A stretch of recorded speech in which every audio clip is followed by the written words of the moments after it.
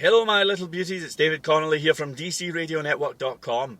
I received an email from one of my good Insider Club buddies. I can't remember word for word what he said, but here it is on the screen, and he says, I have one big problem, time. I'm running out of it. And he says that he's just really stressed out, you know.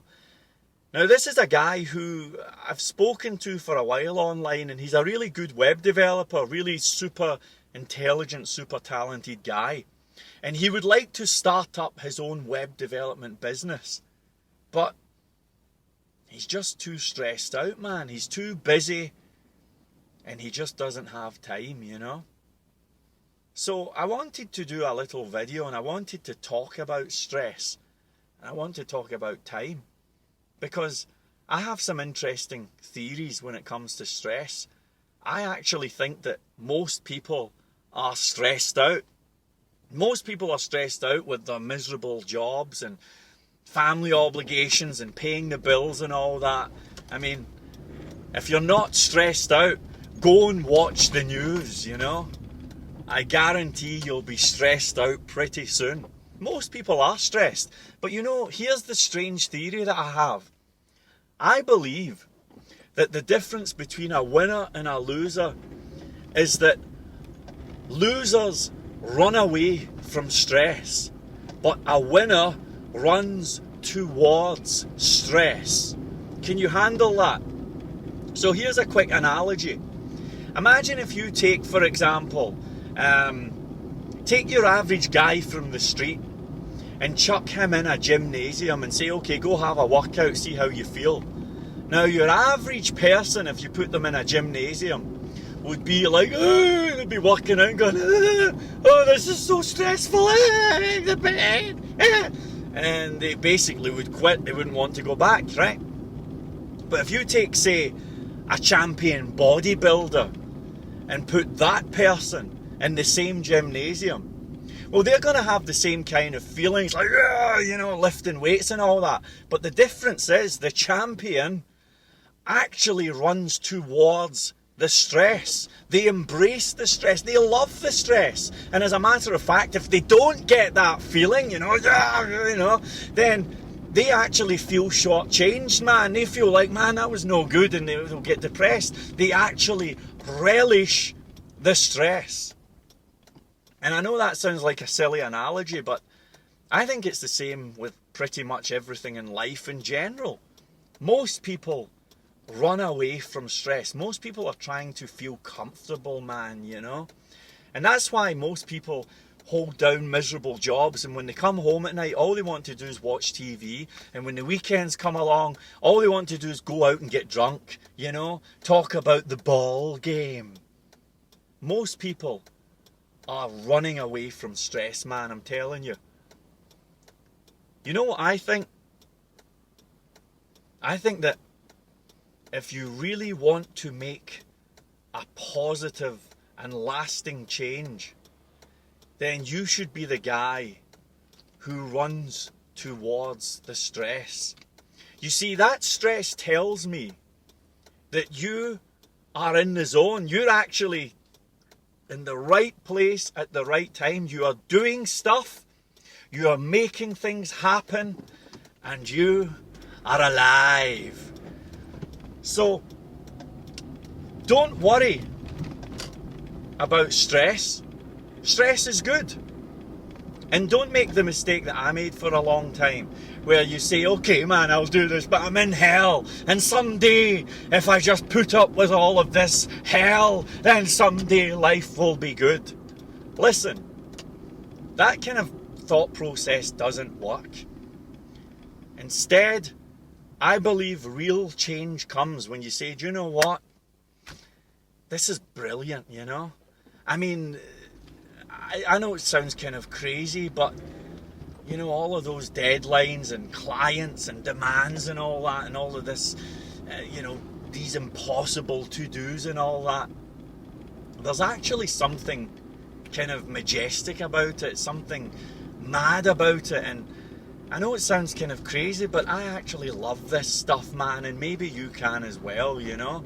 So stop running away from stress. Let's embrace the stress and enjoy it, and just know that when we're feeling that stress, it means that things are happening, man. We are moving forward.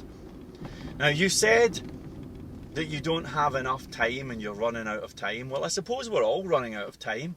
And I'll tell you something else you already know. There's somebody out there today, somebody who right now is more busy than you, has more stuff to do than you, more obligations, and that person somehow has found the time to go and learn something, to go and exercise, to go and work on their business, to maybe just go out and smell the flowers, you know. I'm really sorry about the state of me here. It's a hot day and I have some fake sweat on here for dramatic effects, you know. But in any event, listen. All it takes, dude, is half an hour per day. That's all you need. Just half an hour. Okay? Doesn't have to be like the last 15 minutes of a Rocky movie, you know. Right? All you need is half an hour per day. It's all it takes. Half an hour for what?